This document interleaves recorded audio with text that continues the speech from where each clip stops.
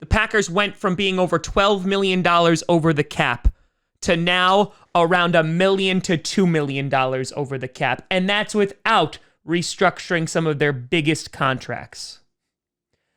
I know this is a radical idea, but the Packers front office might know what it's doing.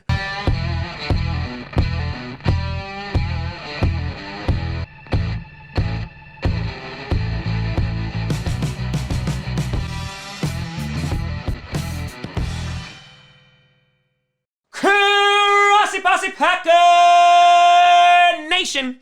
Welcome to another episode of Packcast, the podcast where you don't have to be a Packers fan, but it sure does help. I'm your host, Tom, working on a Saturday, Grossi, and today we're going to be breaking down a busy Friday for the Green Bay Packers, as well as some little breaking news that occurred today as well, regarding restructuring of some contracts, and of course, not bringing back the Tim Boyle.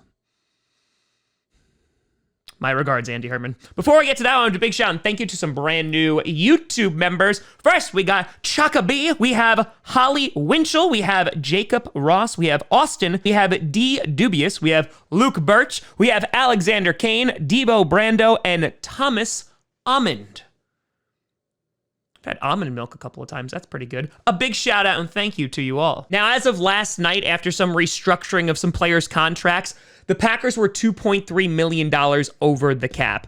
Now, Billy Turner just got restructured today, or at least the news came out today that he was restructured, and so that number is going to be even closer to zero, which again, they needed to get back into the positive by next Wednesday. But let's take a look and see how the Packers got here. First of all, they restructured Adrian Amos to save a whopping $750,000. Hey, every dollar counts at this point. But the big contract news that came out yesterday was, of course, the restructuring of outside linebacker Preston Smith. Many, including myself, thought Preston Smith was most likely going to get cut. You're going to have Rashawn Gary step on in, and he was just going to be playing full time. However, that seems to not be the case. The Smith brothers are staying together once again. Now, here's how they restructured. Originally, he was supposed to make $12 million, but what they did is they basically just incentivized the absolute living crap out of this contract. He's going to get an $8 million salary and up to $4.4 million in incentives. Now, I absolutely love this deal, and we were talking about this on the live stream last night, that this just is great for everybody. Now, I will say, Preston Smith can actually make more money under this deal if he reaches all these incentives, but that also means that he's a monster and did really, really well. So, like I said, it's a win-win. Now, that being said as well, Preston Smith's cap hit is not going to be pretty next year if we keep him, but let's just focus on the now and talk about these incentives. So if Preston Smith gets 6 sacks, he will make $500,000. If he gets 8 sacks, he'll make $750,000 more. If he gets double digits and gets 10, he'll make $750,000 more.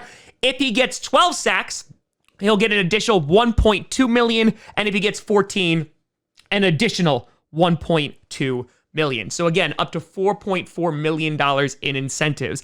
Now, this is possible considering Preston Smith in 2019, when he was a monster, had 12 sacks. Now, looking at last year where he was not as effective, he only registered 4 sacks. Now, I would imagine that if Rashawn Gary continues to go to the next level, you're going to see a lot more of Rashawn Gary being played, and I would imagine a guy like Preston Smith could be swapped out. And even though this would totally be like an a-hole move, they could just be like, all right, Preston, you're about to get 14 sacks. It's week 17. We're going to put Rashawn Gary in. We got to save that money, buddy. I'm sorry. We just got to save that money. But that definitely helped in terms of current cap space. There still is a long way to go before we can start breaking down who do we want to bring in for free agency. But the Packers also have other moves. We did mention that Billy Turner got restructured, but the details aren't out about that just yet. But they could also look at Zadarius Smith, who has been making lots of posts on social media about wanting to be a Packer for life. I'd like that. So they could wind up restructuring Z's contract or even extending him. And then, of course, you got the elephant in the room, Aaron Rodgers. Now, when Ken Ingalls was on here, he said that what they do with Aaron Rodgers is going to be fascinating because they can restructure Aaron Rodgers' contract and they could get a bunch of cap space out of it. And it seems like it's a win-win. Why wouldn't you do that? Well, that brings us to our other news, and that happens to be about Jordan Love. It was announced that Tim Boyle is not going to be a restricted free agent, and so because of that, he is going to hit the free agent market, meaning that Jordan Love just got elevated and just got closer to being the starter of the Green Bay Packers. Now, obviously, lots of people are upset this past season. They're like, oh, first round pick, he's not even active a single game. Again, that wasn't the point. Tim Boyle had more experience, so simmer down now.